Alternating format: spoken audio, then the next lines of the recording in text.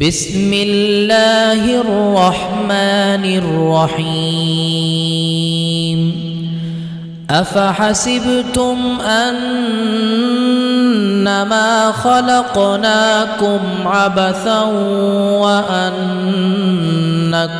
إلينا لا ترجعون فتعالى الله الملك الحق لا إله إلا هو رب العرش الكريم